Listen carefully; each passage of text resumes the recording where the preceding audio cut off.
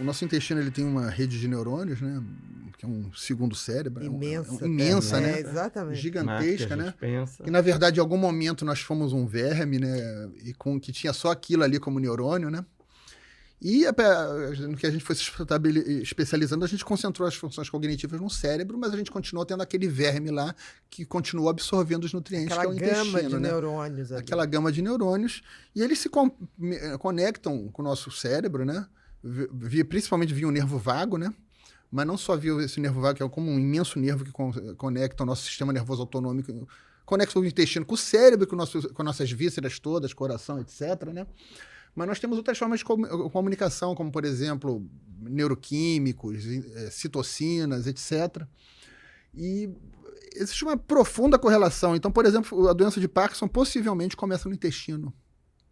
Isso já é estudado? Já é estudado. Uhum. Já é estudado.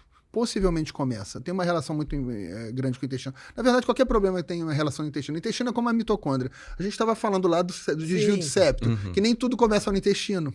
Mas tudo cai no intestino, que nem na mitocôndria. Então, se você não dorme, você tem leaky gut. Você vai ter leaky gut.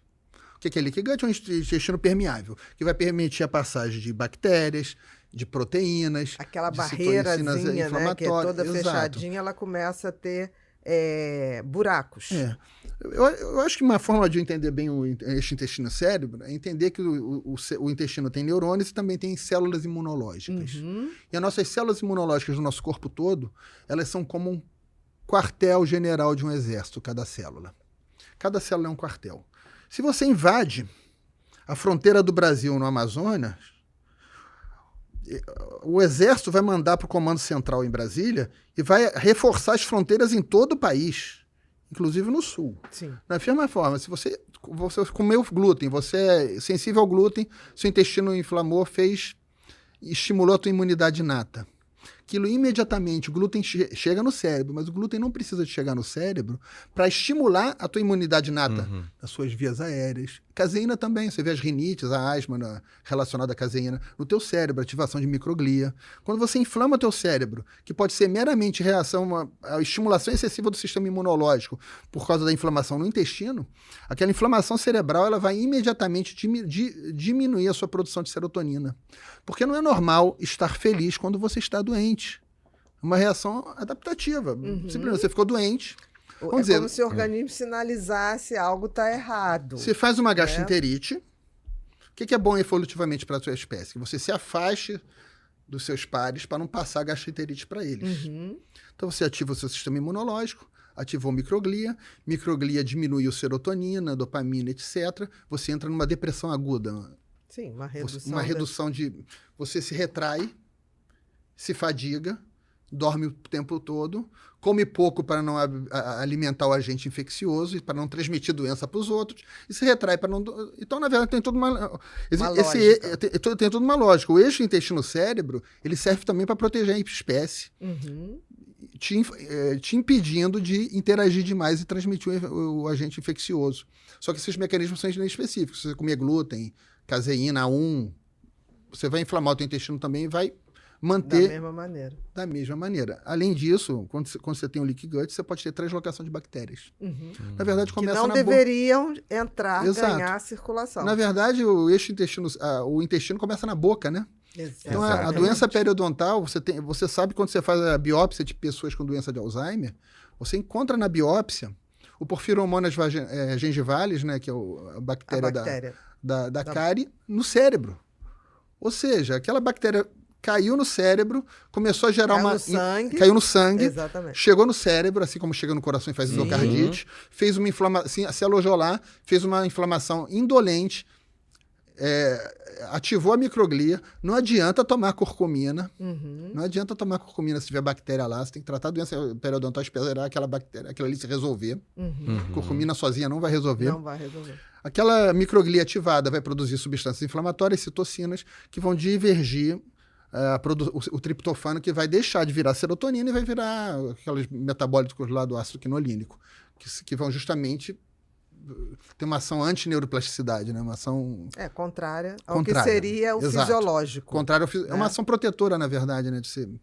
Mas eu acho importante as pessoas entenderem que, na realidade, a serotonina que é produzida aí, não é produzida a do intestino e vai pro cérebro. Isso é um erro... Porque tem gente, é Não, um erro que associa. grave. Não, e um erro mais grave ainda O que eu vejo de acontece é colega. que você mantendo a parede de absorção do intestino direitinha, Tratada. você tratada. não vai esses processos inflamatórios, essas toxinas Que vão impedem no Isso. cérebro de fazer. Inclusive, você tocou bem, né? Porque uma coisa que eu não concordo, para mim um erro é dosar serotonina no exame de sangue, porque eu não vejo função nenhuma se não for dentro de uma síndrome serotonérgica, tumor neuroendócrino. Mas eu vejo as pessoas, frequentemente até em Instagram, me pedindo quanto tomar de 5-HTP porque a serotonina deu baixa no exame de Olha, sangue. isso tem a ver, eu vou te dizer, eu peço a dosagem, mas eu peço para avaliar com vários outros exames, não é isolado. Isolado. É a polissonografia, o mapeamento cerebral,